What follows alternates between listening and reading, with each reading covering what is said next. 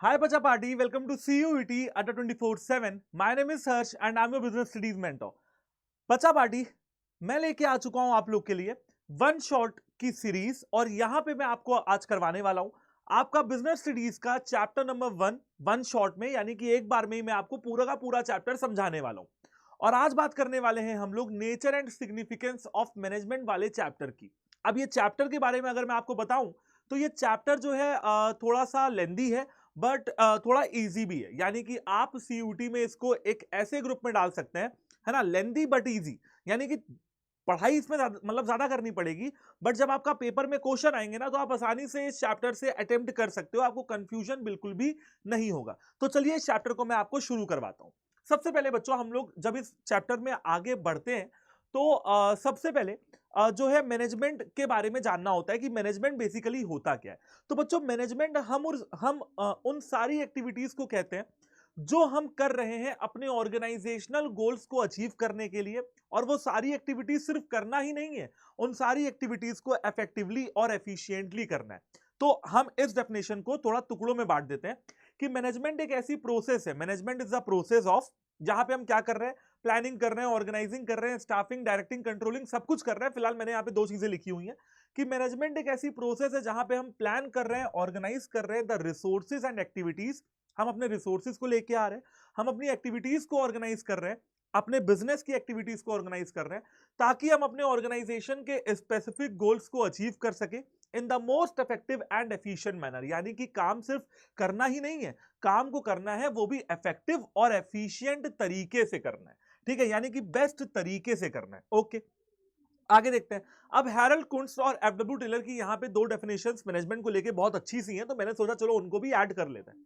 बेटा अगर मैं हैरल्ड कुंट्ज के जो है डेफिनेशन के बारे में बताऊं तो यहाँ पे इन्होंने लिखा है कि मैनेजमेंट क्या है भाई, मैनेजमेंट एक कला है, मैनेजमेंट एक आर्ट है लोगों से काम निकलवाने की, है ना, यानी कि getting things done through others, यानी कि लोगों से काम निकलवाने की एक कला है।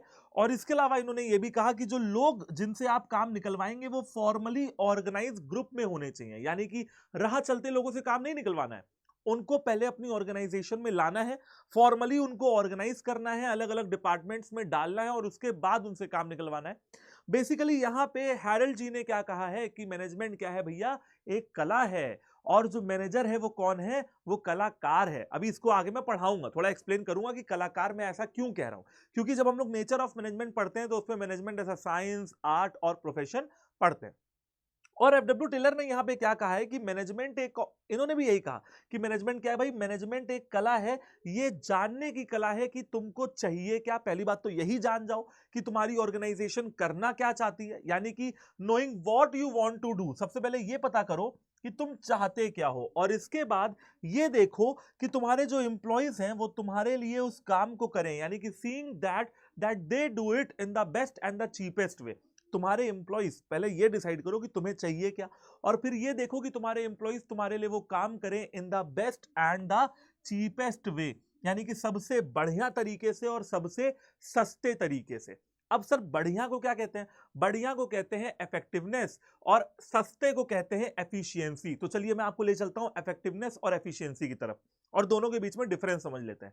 इफेक्टिवनेस का मतलब होता है बच्चों कि कोई मतलब नहीं है पैसा कितना लग रहा है, बस काम अच्छा होना चाहिए, ठीक है। जैसे लोग शादी में जाते हैं वो क्या कहते हैं कि भाई चलो ठीक है, हमें पैसे से मतलब नहीं है लेकिन स्वागत सत्कार बढ़िया होना चाहिए, शादी पैसे थोड़े ज्यादा भी खर्च हो जाए लेकिन शादी एक नंबर होनी चाहिए, जो गेस्ट हमारे आ रहे हैं वो खुश होके सेटिस्फाई होके यहां से जाएं, तो शादी अच्छे से हो जाए, ये क्या है, ये ऑब्जेक्टिव है। उसके लिए आप अपना पूरा तामझाम लगा देंगे ताकि शादी अच्छे से हो, इसे कहते हैं इफेक्टिवनेस। पैसा जितना भी खर्च हो हमें उससे फर्क नहीं पड़ता, ठीक है। तो इफेक्टिवनेस का क्या मतलब होता है कि काम को कंप्लीट किया जाए ऑन टाइम और बढ़िया तरीके से कंप्लीट किया जाए, यानी कि बेस्ट तरीके से कंप्लीट किया जाए, फर्क नहीं पड़ता है कि कितना पैसा खर्च हो रहा है, no matter whatever is the cost. जबकि एफिशिएंसी में इसका उल्टा है, यहां पे ये कहा जा रहा है कि आप सबसे पहले ये देखिए कि आप जिस काम को कंप्लीट कर रहे हैं वो कॉस्ट इफेक्टिव तरीके से कर रहे हैं कि नहीं, यानी कि पैसा बचा रहे हैं कि नहीं बचा रहे हैं, ठीक है।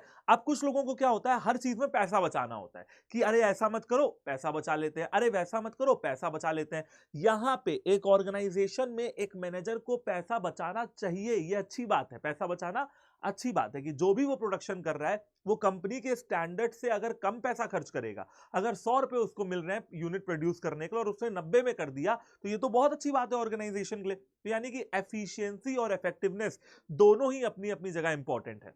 ठीक है, यहां पे बात करते हैं objective is to achieve end results on time. बच्चों यहां पे आपका ऑब्जेक्टिव क्या है? यहां पे आपका ऑब्जेक्टिव है कि आप टाइम पे रिजल्ट्स को अचीव करें, जबकि यहां पे आपका ऑब्जेक्टिव है कि यहां पे आप कॉस्ट बेनिफिट देखें कि कितना लगाया मैंने पैसा और कितना मुझे उससे वापस मिला। यहां पे मेन कंसिडरेशन होता है बच्चों समय, और यहां पे मेन कंसिडरेशन क्या है? कॉस्ट यहां पे मेन कंसिडरेशन है, पैसा यहां पे मेन कंसिडरेशन है। चलिए आगे देखते हैं मैनेजमेंट की कैरेक्टरिस्टिक्स। तो देखो बेटा, सबसे पहला आता है मैनेजमेंट इज यूनिवर्सल, यानी कि management is pervasive.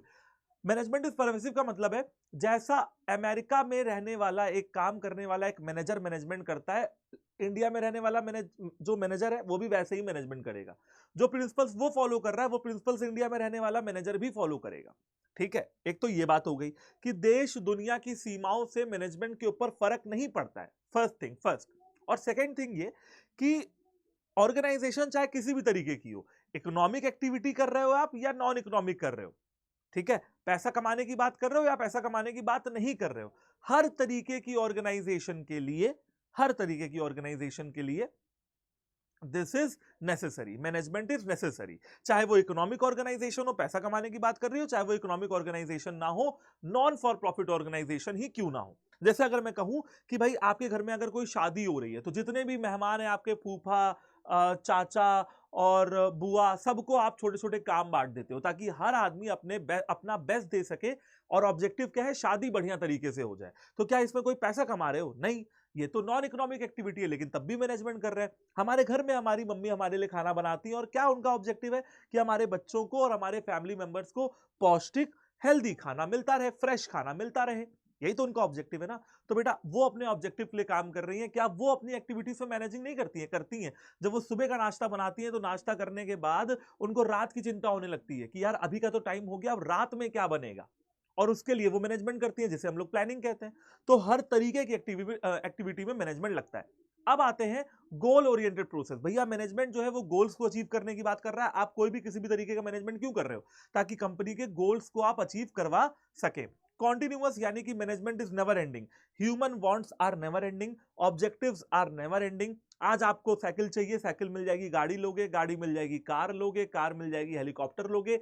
Human needs की कोई एंड नहीं है, और क्योंकि ह्यूमन नीड्स की कोई एंड नहीं है, कंपनी चलाने वाले ऑब्जेक्टिव को अपग्रेड करते रहेंगे। आज 100 रुपए कमाने, कल 10,000 कमाने होंगे, 10,000 कमाने, कल परसों 1 लाख रुपए कमाने होंगे। तो भैया ये ऑब्जेक्टिव्स कभी खत्म नहीं होते हैं। इसी वजह से भैया मैनेजमेंट भी कभी खत्म नहीं होता है। मैनेजमेंट भी क्या है? एक गोल ओरिएंटेड प्रोसेस है।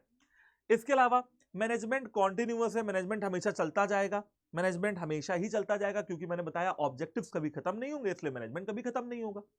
मैनेजमेंट इज मल्टी डायमेंशनल, यानी कि management of work, management of people, management of operation. Management is a group activity, management एक ग्रुप एक्टिविटी है, यानी कि अकेले इंसान के बस की बात नहीं है। अगर आप कंपनी को चला रहे हैं तो आपको 10 लोगों की जरूरत पड़ेगी मैनेजमेंट करने के लिए। हर काम मैनेजर अकेले नहीं कर सकता है। Management is a dynamic function, यानी कि मैनेजमेंट जो है एक डायनेमिक फंक्शन है। बिजनेस इन्वायरमेंट में होने वाले हर चेंजेस को मैनेजमेंट एंटिसिपेट करता है और अपनी ऑर्गेनाइजेशन में उसको डालता है, ताकि सारे के सारे फंक्शंस अच्छे तरीके से चलते रहें। और मैनेजमेंट क्या है? एक इंटेंजिबल फोर्स है, यानी कि management can not be seen but management can be felt. Management अच्छा है या बुरा है ये कैसे पता चलेगा? रिजल्ट से। अगर रिजल्ट आ रहे हैं तो मैनेजमेंट अच्छा है, रिजल्ट नहीं आ रहे तो मैनेजमेंट खराब है। चलिए एक एक करके हम इसको एक बार डिटेल में भी देख लेते हैं। मैंने आपको वैसे तो बहुत कुछ समझा दिया है, बट डिटेल में देख लेते हैं। मैनेजमेंट इज गोल ओरिएंटेड में यहां पे देखिए साफ साफ लिखा हुआ है कि मैनेजमेंट का प्राइमरी पर्पस है ऑब्जेक्टिव्स को अचीव करना। यहां पे ये भी लिखा हुआ है कि भाई जो टास्क लोगों को दिए जाएंगे वो टाइम पे कंप्लीट हो, कंप्लीटेड ऑन टाइम। ठीक है, किसी भी इंसान को बॉटल नेक फेस करने की जरूरत ना पड़े। सर बॉटल नेक का क्या मतलब होता है? जैसे स्कूल में हमारी टीचर कहती है असाइनमेंट 1 अप्रैल को जमा कर देना, तो हम लोग 1 अप्रैल का ही वेट करते हैं, यानी कि लास्ट डेट। तो किसी को लास्ट डेट फेस ना करनी पड़े, हर इंसान का काम एडवांस में चल रहा हो, इसे कहते हैं अच्छा मैनेजमेंट। ठीक है, ताकि जो मेन ऑब्जेक्टिव है उसको अचीव किया जा सके। मैनेजमेंट इज ऑल परवेसिव का क्या मतलब है? देखिए जरा यहाँ पे कि anything minus management is nothing और जीरो। अगर आप किसी चीज से मैनेजमेंट को हटा देते हैं तो वो चीज जीरो बचती है, कुछ बचती ही नहीं है, माइनस में चली जाती है। ठीक है, एनीथिंग का मतलब यहाँ पे ये है कि चाहे वो बिजनेस एक्टिविटी हो, चाहे वो नॉन बिजनेस एक्टिविटी हो। अब हम तो यहाँ क्या कर रहे हैं? हम एक ऑर्गेनाइजेशन में है, बिजनेस कर रहे हैं, धंधा कर रहे हैं, पैसा कमा रहे हैं, लेकिन हमारी माँ जो हमारे लिए खाना बना रही है वो कोई बिजनेस नहीं कर रही है, लेकिन मैनेजमेंट कर रही है। तो बिजनेस एक्टिविटी हो चाहे नॉन बिजनेस एक्टिविटी हो, management is necessary. Management is necessary to conduct any type of activity. बेटा किसी भी तरीके की एक्टिविटी करनी हो, management is necessary.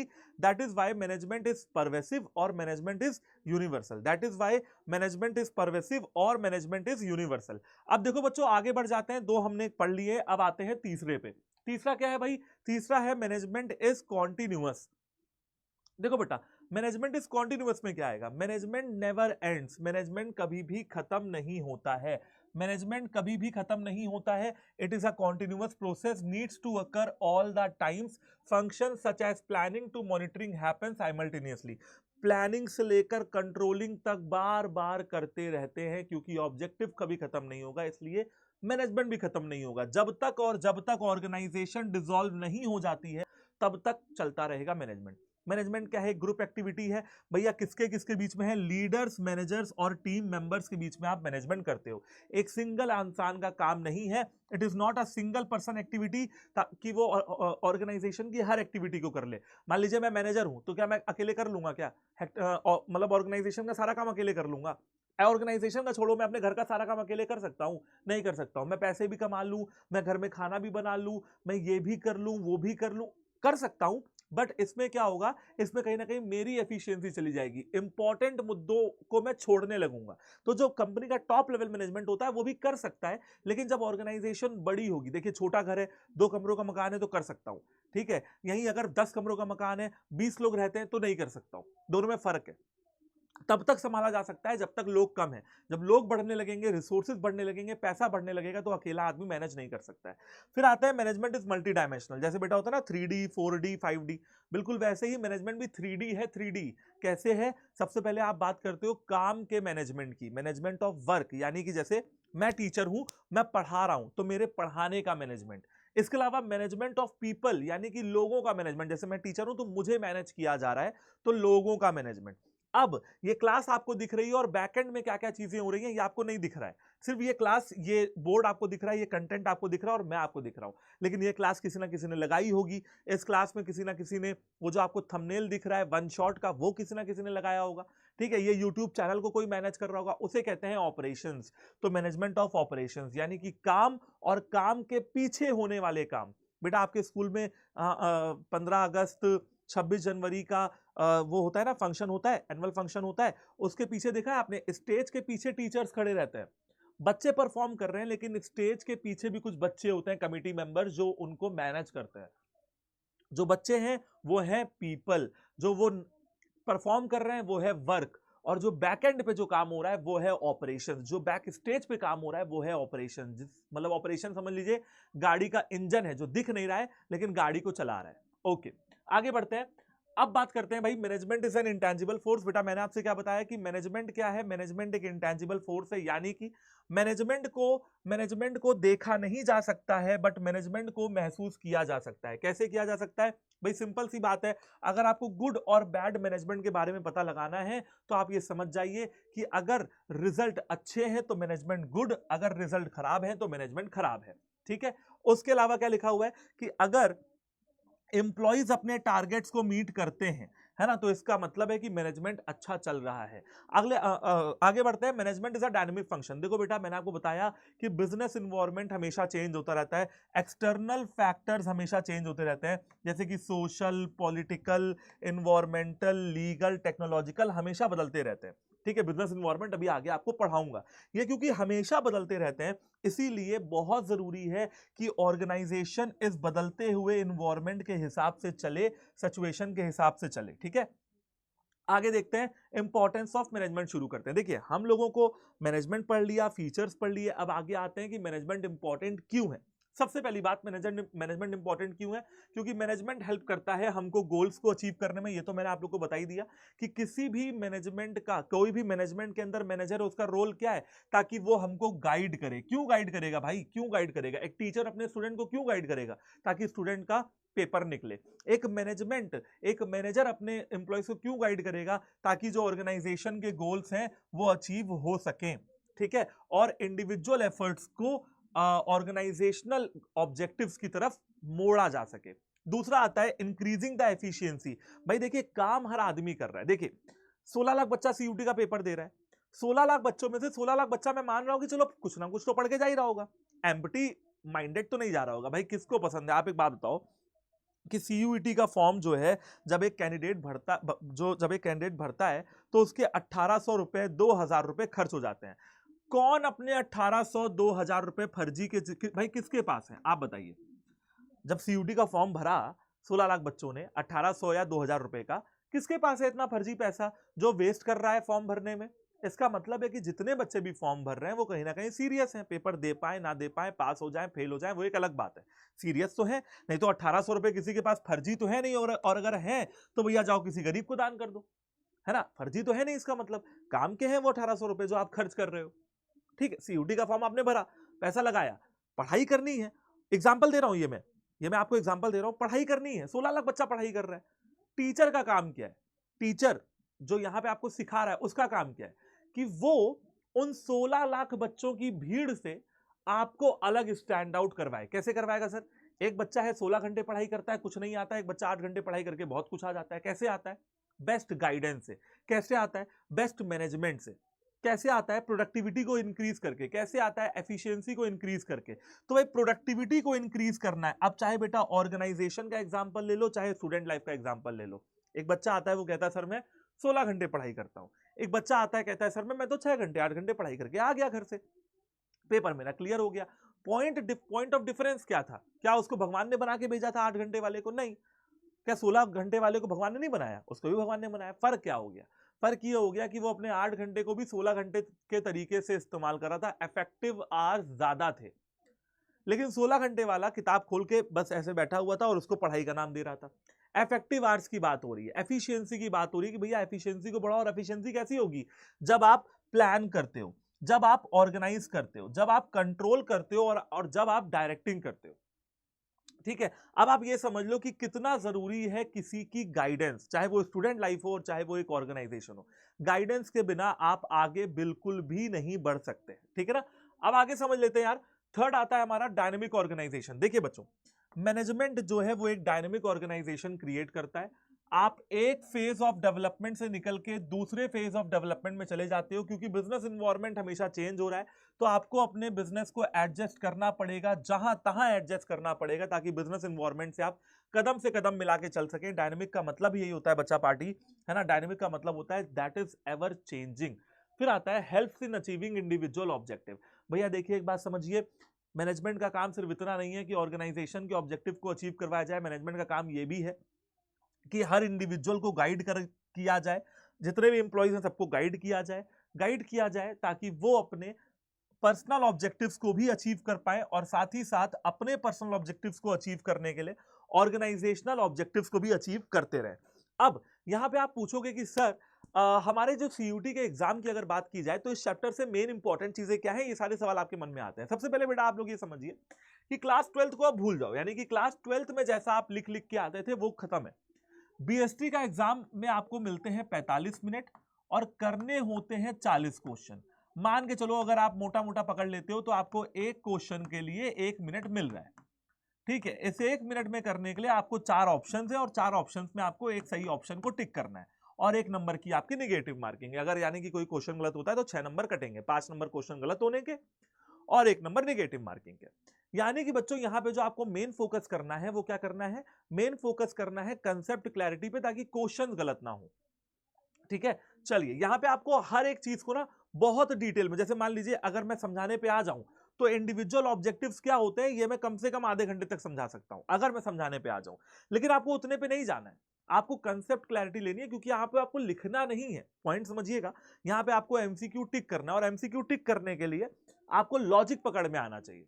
Okay, development of society. बेटा यहां पे क्या कहा जा रहा है कि ठीक है भाई तुम पैसा कमाओ, ठीक है भाई प्रॉफिट के लिए काम करो, लेकिन समाज के लिए एक बात बताता हूं, अच्छा नहीं कर सकते हो तो बुरा तो मत करो।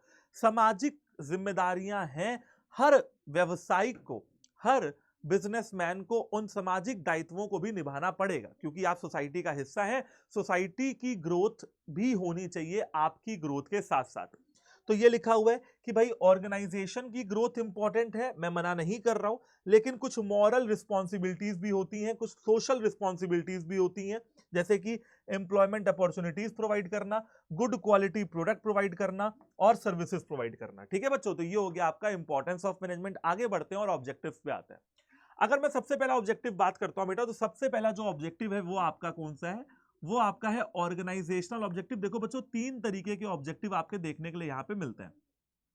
ठीक है, 3 तरीके के ऑब्जेक्टिव आपको देखने के लिए मिलते हैं। क्या है वो 3 तरीके के ऑब्जेक्टिव? सबसे पहले है ऑर्गेनाइजेशनल ऑब्जेक्टिव, दूसरा है बेटा आपका पर्सनल, और तीसरा है आपका सोशल ऑब्जेक्टिव। ठीक है, दूसरा है पर्सनल और तीसरा है सोशल। यहां पे लिख देता हूं सोशल ऑब्जेक्टिव, सोशल। ठीक है, ओके, तो चलिए एक एक करके पढ़ेंगे तीनों के तीनों अपने ऑब्जेक्टिव्स। अगर मैं बात करता हूं सबसे पहले बच्चों ऑर्गेनाइजेशनल ऑब्जेक्टिव्स, तो इसमें देखो बेटा 3 तरीके की चीजें आती हैं। अरे भैया, पहला पहला तो क्या होगा? बच्चा पैदा होता है तो बच्चा पैदा होते ही पैसा पैसा करने लगता है क्या? नहीं। अरे बच्चा पैदा होता है तो पहले जिंदा रहने की कोशिश करता है, रोता है, हंसता है, बोलता है, खाता है, पीता है, बड़ा हो जाता है, पढ़ाई करता है, तब पैसा कमाता है। और पैसे का क्या सीन है? पहले 1,000 कमाता है, फिर 10,000 कमाता है, 10,000 कमाता है, फिर 1,00,000 कमाता है। यानी कि भाई सबसे पहले जिंदा रहे आपकी कंपनी इतने टफ कॉम्पिटेटिव मार्केट में, ये जरूरी है, फिर पैसा जरूरी है, और फिर पैसा बढ़ता रहे, ये बहुत जरूरी है। तो सबसे पहला होता है बेटा सर्वाइवल। किसी भी इंडस्ट्री में आपको अगर टिके रहना है तो सबसे पहला आपका ऑब्जेक्टिव क्या है कि आप इंडस्ट्री में क्या करें? सर्वाइव कर ले जाए, जिंदा रहे आपकी कंपनी। मैनेजमेंट को यह इंश्योर करना पड़ेगा कि बिजनेस कॉन्टिन्यूएंस में चलता रहे। अब आते हैं, अगला क्या है? अगला है प्रॉफिट। सिर्फ सरवाइव करेंगे और खर्चा होगा। देखो बेटा, मैं जिंदा हूं, लेकिन जिंदा रहने के लिए खाना खाऊंगा, कपड़े पहनूंगा, घर में रहूंगा, खर्चा होगा कि नहीं? तो अगर पैसे कमाऊंगा नहीं तो वो खर्चों को पूरा कहां से करूंगा? बिल्कुल ऐसे ही एक ऑर्गेनाइजेशन में खर्चा तो होगा ही होगा। अगर प्रॉफिट नहीं कमाओगे तो खर्चा कहां से निकालोगे? डूब जाओगे ऐसे तो poor survival is not sufficient. सिर्फ सर्वाइवल सफिशिएंट नहीं है, मैनेजमेंट को यह इंश्योर करना पड़ेगा कि कंपनी क्या कमाए? कंपनी पैसा कमाए, कंपनी प्रॉफिट कमाए। और प्रॉफिट बहुत जरूरी है अनसर्टेनिटीज को और कॉस्ट को कवर करने के लिए। अनसर्टेनिटीज का मतलब होता है कि कल क्या हो जाए पता नहीं, तो ऐसी चीजों के लिए, इमरजेंसी के लिए और कॉस्ट को कवर करने के लिए प्रॉफिट बहुत जरूरी है। अब प्रॉफिट भी अगर आपकी कंपनी कमाने लगी है तो अब आप क्या सोचेंगे कि भैया प्रॉफिट बढ़ता रहे, मेरी कंपनी ग्रो करती रहे। तो अब आता है ग्रोथ। ग्रोथ में क्या होता है? ग्रोथ में आप अपने चांसेस को बढ़ाते हो। कैसे चांसेस सर? अरे ग्रो करने के, ठीक है, एक कंसर्न के लिए बहुत जरूरी है कि वो डेवलप करता रहे, और बिजनेस मैनेजमेंट एडिकेटली अपने सारे रिसोर्सेज को यूज करेगी, है ना, ताकि कंपनी में ग्रोथ पोटेंशियल बना रहे। आगे आते हैं बेटा सोशल इन्वायरमेंट में, यानी कि सामाजिक दायित्व, सामाजिक रिस्पॉन्सिबिलिटीज। भैया हम इस देश का हिस्सा है, हम इस देश के लिए मेहनत करेंगे, काम करेंगे। क्या क्या है बेटा? मैंने यहाँ पे कुछ कुछ चीजें लिख दी हैं, और भी बहुत सारी चीजें हैं। सब कुछ लिखना तो भाई पॉसिबल नहीं हो पाता है, लेकिन यहाँ पे बहुत सी चीजें मैंने यहाँ पे मेंशन कर दी हैं। जैसे कि कुछ एक आध दो सोशल ऑब्जेक्टिव हैं, जैसे कि सबसे पहले प्रोडक्शन करने के लिए एनवायरमेंटली बेनिफिशियल टेक्नोलॉजीज का यूज करें, यानी कि ऐसी किसी भी टेक्नोलॉजी का यूज ना करें जो बहुत पॉल्यूशन क्रिएट करती हो, जो इन्वायरमेंट के खिलाफ हो, वाटर रिसोर्सेज को पॉल्यूट कर रही हो, किसी भी हानिकारक केमिकल का इस्तेमाल, किसी भी ऐसे केमिकल का इस्तेमाल जिससे पशु पक्षियों को कोई नुकसान पहुंच रहा है, हमारे वातावरण को कोई नुकसान पहुंच रहा है, ऐसी किसी भी टेक्नोलॉजी का इस्तेमाल ना करें। ठीक है, पहली चीज। दूसरी चीज, जब आपकी कंपनी ग्रो करती है तो आपकी रिस्पॉन्सिबिलिटी बनती है कि आप लोगों को जॉब अपॉर्चुनिटीज प्रोवाइड करें, ताकि क्या हो भाई? ताकि देश की पर कैपिटा इनकम बढ़े, आपके साथ साथ देश का विकास भी हो और उस एरिया में रहने वाले लोगों का विकास भी हो। तीसरा आता है प्राइमरी फैसिलिटीज आप दे सकते हैं, जैसे कि ओल्ड एज होम या ऑर्फेनेजेस में, अनाथालय में आप जा सकते हैं, आप ओल्ड एज होम में जा सकते हैं जहां बूढ़े लोग रहते हैं, और कुछ प्राइमरी फैसिलिटीज जैसे कि खाना पीना, पानी, ये सारी चीजों की व्यवस्था भी आप कर सकते हैं। चौथा होता है गुड क्वालिटी के प्रोडक्ट रीजनेबल रेट्स में बेचिए, अच्छी क्वालिटी का सामान बनाइए और अच्छे रेट से बेचिए। कंज्यूमर को भगवान मानिए, ठगिए नहीं उसको बिल्कुल भी। और पांचवा आता है कि भाई कंपनी हमारे देश के कानून, हर कानून का, हर रूल रेगुलेशन का पालन करे, चाहे वो कंपनीज एक्ट हो, इंडियन कॉन्ट्रैक्ट एक्ट हो, कंज्यूमर प्रोटेक्शन एक्ट हो, लीगल प्रोटेक्शन हो, हर तरीके के कानूनों का पालन हो, ताकि भाई ना गवर्नमेंट से कोई लफड़ा हो, ना सप्लायर से कोई लफड़ा हो, ना कंज्यूमर से कोई लफड़ा हो। ये भी आपकी सोशल रिस्पॉन्सिबिलिटी। और तीसरा आता है बच्चा पार्टी आपका पर्सनल ऑब्जेक्टिव। पर्सनल ऑब्जेक्टिव में देखिए सिंपल सी मैं आपको बात बताता हूं कि जब एक ऑर्गेनाइजेशन में काम लोग करते हैं तो वो लोग जो है अलग अलग बैकग्राउंड के होते हैं, अलग अलग एक्सपीरियंस, अलग अलग ऑब्जेक्टिव और अलग अलग पर्सनैलिटीज के होते हैं, और सभी की अपनी अलग अलग डिमांड है। भाई अब आप ऐसे देखिए ना कि आज मेरी मान लीजिए उम्र है 20 साल, तो एक 20 साल के लड़के की और एक 60 साल के लड़के की डिमांड अलग अलग है लाइफ में। 20 साल का लड़का डिमांड अलग लेके चल रहा है लाइफ में, उसका लाइफ में गोल अलग है, और एक 60 साल के व्यक्ति की अब लाइफ में गोल अलग होंगे, ऑब्वियस सी बात है। तो भैया उनके अलग अलग बैकग्राउंड है। मेरी पढ़ाई हो सकता है ज्यादा हुई हो, उसकी पढ़ाई हो सकता है कम हुई हो, तो बैकग्राउंड जो है बेटा सबका अलग अलग है, क्वालिफिकेशन सबकी अलग अलग है। कहते हैं ना हाथ की पांचों उंगलियां बराबर नहीं होती, तो एक्सपीरियंस अलग अलग है, पर्सनैलिटीज अलग अलग है, लेकिन इस्टेब्लिशमेंट का हर कोई इंसान पार्ट है, ऑर्गेनाइजेशन का हर कोई पार्ट है। अब किसी की तो जरूरत क्या है कि भाई हमको ज्यादा पैसा मिल जाए, ज्यादा परक्विजिट्स मिल जाए, है ना, लेकिन किसी किसी को बेटा पैसे से मोह नहीं होता है। किसी किसी को क्या चाहिए भाई, हमको अटेंशन चाहिए, हमको ग्रोथ चाहिए, हमको प्रोग्रेस चाहिए। तो बेटा जैसी इंडिविजुअल नीड्स, जैसी जिसकी इच्छा, वैसे उसको कंपनी देती है। चलिए आगे बढ़ते हैं बेटा, ये तो हो गया ऑब्जेक्टिव्स। अब समझते हैं नेचर ऑफ मैनेजमेंट। देखो बेटा, जब मैं नेचर ऑफ मैनेजमेंट की, मेरे हैंड रिटन नोट्स हैं जो मैं आपको यहां पे प्रोवाइड कर रहा हूं, जब मैं नेचर ऑफ मैनेजमेंट की बात करता हूं बच्चा कि मैनेजमेंट है क्या, तो मैनेजमेंट को 3 तराजुओं में तोला जाता है, और उन तराजुओं का नाम है, एक तो है साइंस, मतलब एक तरफ रखा जाता है, एक तरफ तराजू में रखा जाता है मैनेजमेंट को, और एक तरफ रखा जाता है साइंस को। जब आप साइंस से उसको मेजर करते हैं, science systemised body of knowledge है। साइंस में आपको प्रॉपर नॉलेज होनी चाहिए चीजों की, बिल्कुल सही बात है। साइंस एक्सपेरिमेंट के ऊपर बात करता है। और साइंस कैसे बनता है बेटा, आप फिजिक्स के किसी भी एक्सपेरिमेंट की बात करते हो, केमिस्ट्री के किसी भी एक्सपेरिमेंट की बात करते हो, किसी कानून की या लॉ की बात करते हो, किसी प्रिंसिपल की बात करते हो, तो एक्सपेरिमेंट करके कर रहे हैं ना। तो science is based on observation and experimentation. And science के जो प्रिंसिपल हैं उनकी यूनिवर्सल वैलिडिटी है। न्यूटन का कोई प्रिंसिपल जो आज से 50 साल पहले आया था, वो आज भी फॉलो किया जा रहा है। आप लोग 10th क्लास तक साइंस पढ़ के आए हो, आप लोग बहुत अच्छे जानते हो मैं किन चीजों के बारे में बात कर रहा हूं, ठीक है। अगर मैं आर्ट के फीचर्स की बात करता हूं, आर्ट आर्ट यानी कि कला, कला किसके पास होती है, कलाकार के पास। जैसे मान लीजिए मैं बहुत अच्छा गाना गाता हूं, तो मैं गायक हो गया, मैं सिंगर हो गया, मेरे अंदर कला है गाना गाने की। मैं गिटार बजाता हूं तो मेरे अंदर गिटार बजाने की कला है। कला के अपने कुछ फीचर्स हैं, जैसे कि बेटा किसी भी इंसान को अगर कलाकार बनना है तो पहले उसको थ्योरेटिकल नॉलेज होनी चाहिए। अगर आपको गाना गाना है तो सरगम की समझ होनी चाहिए। अगर आपको ड्राइंग बनानी है तो स्केचिंग के पैरामीटर्स की जरूरत पड़ेगी, ठीक है। इसके अलावा पर्सनलाइज्ड एप्लीकेशन, हर इंसान जो कलाकार होता है वो हर कला में, आपने देखा होगा अरिजीत सिंह का गाना जब सोनू निगम गाते हैं तो अपने स्टाइल में गाते हैं। आतिफ असलम का गाना जब अरिजीत सिंह गाते हैं तो अपने स्टाइल में गाते हैं। जब एक सिंगर दूसरे सिंगर का गाना गाता है तो अपने स्टाइल में गाता है। जब एक हीरो दूसरे हीरो का डायलॉग बोलता है तो वो अपने स्टाइल में बोलता है। हर इंसान का मैनेजमेंट को समझने का, मैनेजमेंट को अप्लाई करने का तरीका अलग अलग होता है। इसे कहते हैं पर्सनलाइज्ड एप्लीकेशन। और हाँ, ये बात भी सही है, कहते हैं कि करत करत अभ्यास ते जड़मती होत सुजानी, यानी कि art is based on practice and creativity. आप सालों रियाज करते हो। आपने देखा होगा टीवी टेलीविजन शो पे छोटे छोटे बच्चे आते हैं जो कहते हैं कि मैं 5 साल से डांस कर रहा हूं, मैं 5वीं छठी मतलब छठे साल की उम्र से गाना गाना सीख रहा हूं। तो भैया कलाकार अच्छा कलाकार तब बनता है जब वो प्रैक्टिस करता रहता है अपने कला के ऊपर, और उसके अंदर कुछ क्रिएटिविटी भी आती रहती है।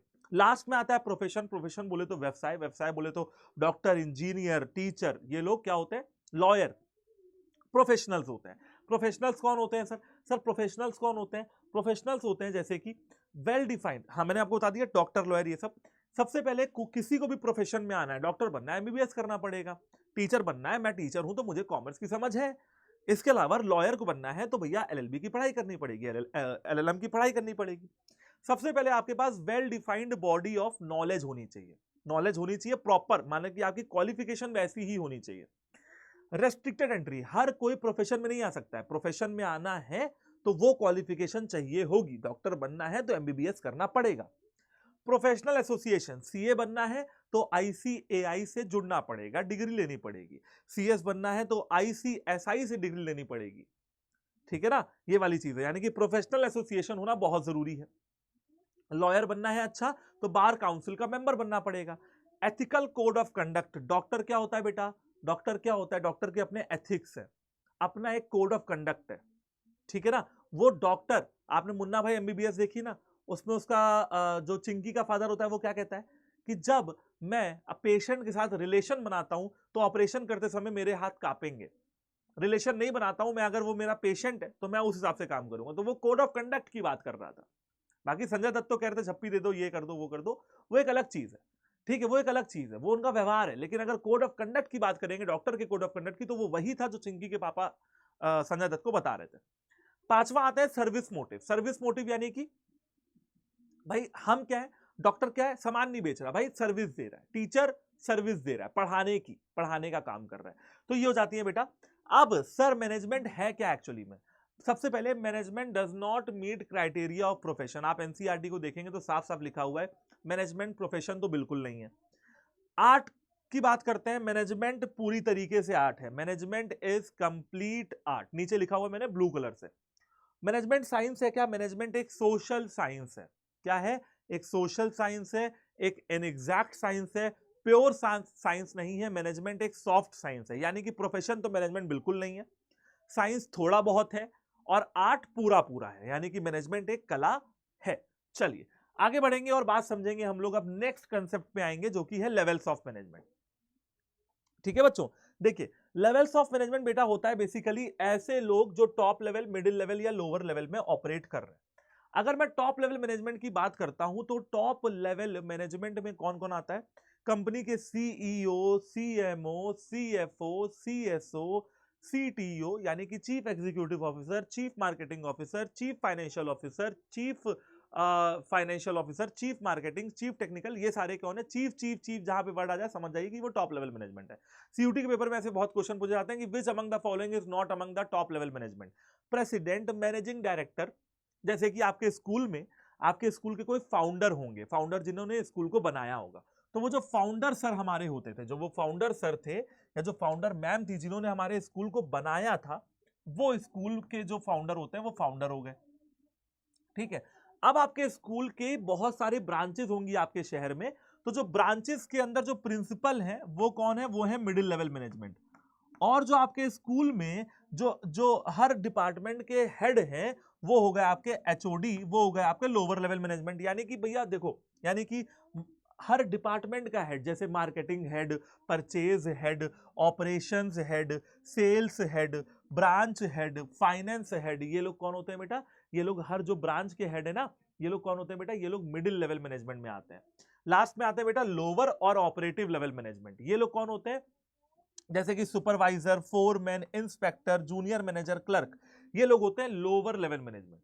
ठीक है, departmental managers, branch managers, departmental head, production, operation, finance, human resource, purchase, sale, marketing, इन सब डिपार्टमेंट के जो मैनेजर्स हैं वो मिडिल लेवल में, और लोअर लेवल में जो लोग आ रहे हैं काम करने वो कौन हो गए, वो हो गए आपके supervisor, foreman, junior manager, inspector, clerk.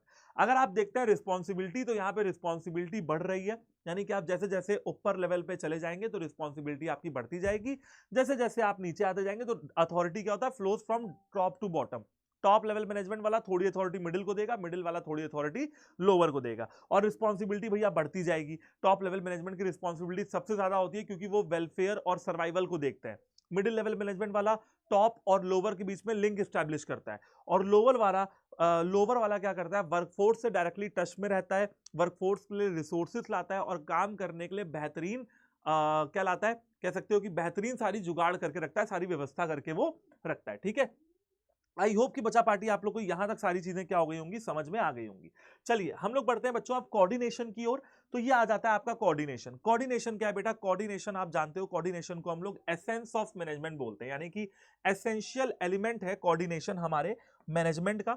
ठीक है, और कोऑर्डिनेशन बेसिकली क्या है बेटा, कोऑर्डिनेशन एक ऐसा फंक्शन ऑफ मैनेजमेंट है जो ये कहता है कि हर डिपार्टमेंट, चाहे कितने भी डिपार्टमेंट हो, चाहे नंबर्स ऑफ डिपार्टमेंट हो, उन डिपार्टमेंट में काम करने वाले नंबर ऑफ एम्प्लॉइज हो, कोई फर्क नहीं पड़ता है, सबको ऑर्गेनाइजेशन की बेहतरी के लिए सिंक्रोनाइज्ड वे में काम करना पड़ेगा, सिंक में काम करना पड़ेगा। सिंक का क्या मतलब है? सिंक्रोनाइज्ड होकर काम करना पड़ेगा, एक साथ काम करना पड़ेगा, तभी ऑर्गेनाइजेशन के जो ऑब्जेक्टिव्स हैं वो अचीव हो पाएंगे। एक वर्ड यहां पे बड़ा फेमस है जिसे हम लोग कहते हैं यूनिटी ऑफ एक्शन।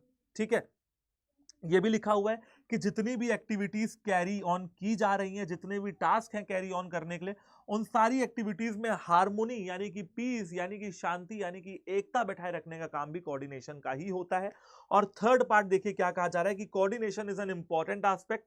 ठीक है, कोऑर्डिनेशन बहुत जरूरी है अगर आप ग्रुप में काम कर रहे हैं, अगर आप ग्रुप एफर्ट, अगर आप ग्रुप में काम कर रहे हैं ना, तो कोऑर्डिनेशन करना ही पड़ेगा। हाँ, अगर आप इंडिविजुअली काम कर रहे हैं तो कोऑर्डिनेशन करने की कोई जरूरत नहीं है।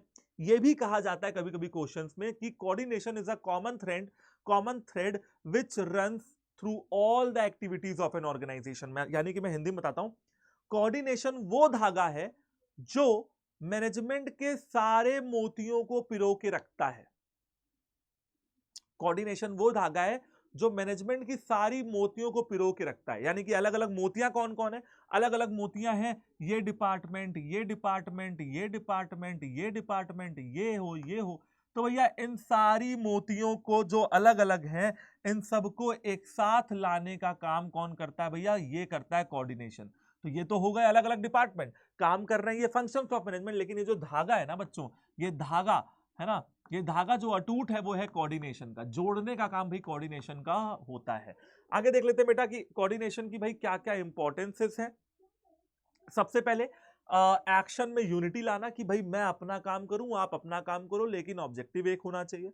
रिसोर्सेज का बेस्ट तरीके से यूटिलाइजेशन हो, वेस्टेज ना हो टाइम का और वेस्टेज ना हो पैसे का।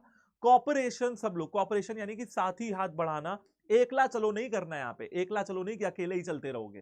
ठीक है, ऑर्गेनाइजेशन में काम कर रहे हो तो एकला चलने से आपका काम नहीं होगा, आपको लोगों के साथ मिलकर चलना पड़ेगा। कॉपरेशन करिए, टीम स्पिरिट को इनकरेज करना कि भाई आप सब लोग टीम स्पिरिट में रह के काम करें। Lesser conflict and dispute, conflict और डिस्प्यूट देखो बेटा, जहां पे कई बर्तन एक साथ रखे होते हैं वहां पे बर्तन बजते भी हैं, थोड़ी ठनक ठनक की आवाज आती भी है, थोड़े बहुत कॉन्फ्लिक्ट होंगे ही, लड़ाइयां होंगी ही, वो हमारे अपने घर में ही थोड़ा बहुत चलता रहता है कि नहीं? घर में 4-5 लोग बैठे हैं फिर भी थोड़ी बहुत इधर उधर झगड़ा वगड़ा होता रहता है। लेकिन झगड़ा हो लेकिन प्यार भी हो, झगड़ा इतना ना हो जाए कि भैया एक दूसरे के बिल्कुल ही मारने पे आ जाए। ठीक है ना? तो ऑर्गेनाइजेशन में कॉन्फ्लिक्ट चलेंगे, डिस्प्यूट चलेंगे, कोई दिक्कत नहीं है। जहां डिस्प्यूट वहीं होते हैं जहां पे काम की बात हो रही होती है, ये भी समझ लीजिए।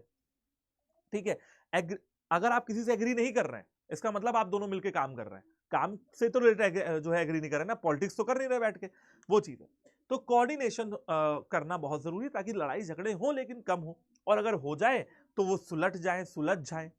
इसके अलावा प्रोडक्टिविटी भैया बढ़े। मैंने आपसे क्या बताया, 16 घंटे काम नहीं करना, काम 8 ही घंटे करना है, लेकिन 16 घंटे के बराबर करके देना है। अब वो आपके ऊपर, आप वो कैसे कर रहे हो, प्रोडक्टिविटी को बढ़ाना है। पॉजिटिव एनर्जी होना बहुत जरूरी है ऑर्गेनाइजेशन के एटमॉस्फेयर में, और ये कोऑर्डिनेशन से ही हो पाएगा जब एक दूसरे की आप मदद करोगे। भैया मेरी मदद कोई नहीं करता, मैं अकेला ही काम करता रहता हूं, तो मैं भी किसी की नहीं करूंगा। जा, आप समझ रहे हो? ये बिल्कुल वैसे ही होता है जब हम बचपन में खेलने के लिए बुलाते थे ना, उसने मुझे खेलने के लिए नहीं बुलाया, मैंने उसको नहीं बुलाया। अब पता चला वो मुझसे मुंह फुला के बैठा है, मैं उससे मुंह फुला के बैठा हूं। हम दोनों ही एक दूसरे से ईगोइस्टिक हो गए हैं कि उसने मुझे खेलने के लिए नहीं बुलाया, मैंने उसे नहीं बुलाया, और खेल कोई नहीं पा रहा है। कोऑर्डिनेशन से यही कमी होती है। तुम उसकी मदद नहीं करोगे, वो तुम्हारी मदद नहीं करेगा, काम किसी का नहीं होगा, लेकिन ईगो में बैठे हुए हैं। ठीक है, और लास्ट में आता है achievement of goals and objective, कि भैया कुछ भी करो लेकिन ऑर्गेनाइजेशन के गोल्स और ऑब्जेक्टिव्स को अचीव करो। ठीक है, कुछ भी करो लेकिन ऑर्गेनाइजेशन के गोल्स और ऑब्जेक्टिव्स को अचीव करो। वो गोल्स और ऑब्जेक्टिव बच्चों आप लोगों के ही क्यों ना हो।